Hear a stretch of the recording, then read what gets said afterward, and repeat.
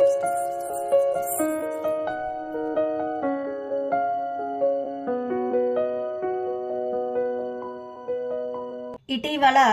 వార్తల్లో పేర్కొన్న క్యునాట్ వ్యవస్థ అంటే ఏమిటి?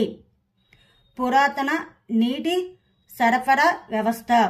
ఇటీవల వార్తల్లో చూసిన చాంగ్ E6 మిషన్ ఏ దేశంతో అనుబంధించబడింది? చైనా దేశంతో.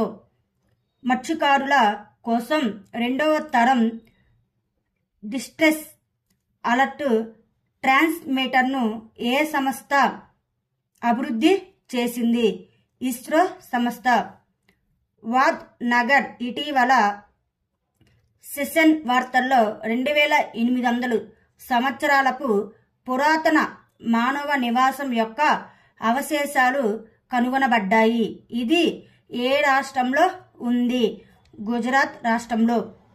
19 జనవరి 2024న ఉగండాలోని కంపాలాలో నామ్ సమ్మిట్ ఏ ఎడిషన్ ప్రారంభమైంది? 19వ edition.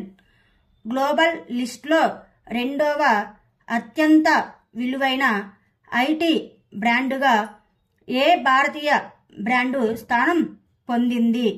Tata industries.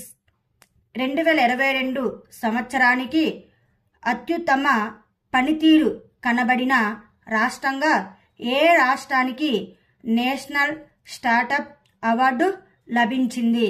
Meghalaya. Doctor BR Ambedkar 125 అడుగుల ఎత్తైన కాంస్య విగ్రహాన్ని ఏ రాష్ట్రంలో ఆవిష్కరించారు? ఆంధ్రప్రదేశ్. ఈ మొబిలిటీ సిమ్యులేషన్ ల్యాబ్ను ప్రారంభించే అందుకు ఐఐటి మద్రాస్ ఎవరితో జతకట్టింది? అల్టెయిర్.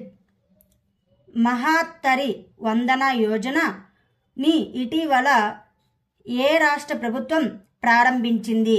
ఛత్తీస్గఢ్. మహారాష్ట్రలోని ఏ నగరంలో ప్రధాని నరేంద్ర మోదీ 8 అమృత్ ప్రాజెక్టులను ప్రారంభించారు? షోలాపూర్. ఫోర్బ్స్ ఇటీవల నివేదిక ప్రకారం ప్రపంచంలో అత్యంత బలమైన కరెన్సీ ఏది? Kuwait dinar. State bank of ఇండియాని అధిగమించి అత్యంత విలువైన ప్రభుత్వ రంగ సంస్థగా అవతరించినది ఏది? ఎల్ఐసి. 50 ఏళ్ల పాటు ఛార్జ్ చేయాల్సిన అవసరం లేని ప్రత్యేకమైన స్మార్ట్ ఫోన్ బ్యాటరీని ఏ దేశానికి చెందిన కంపెనీ రూపొందించింది?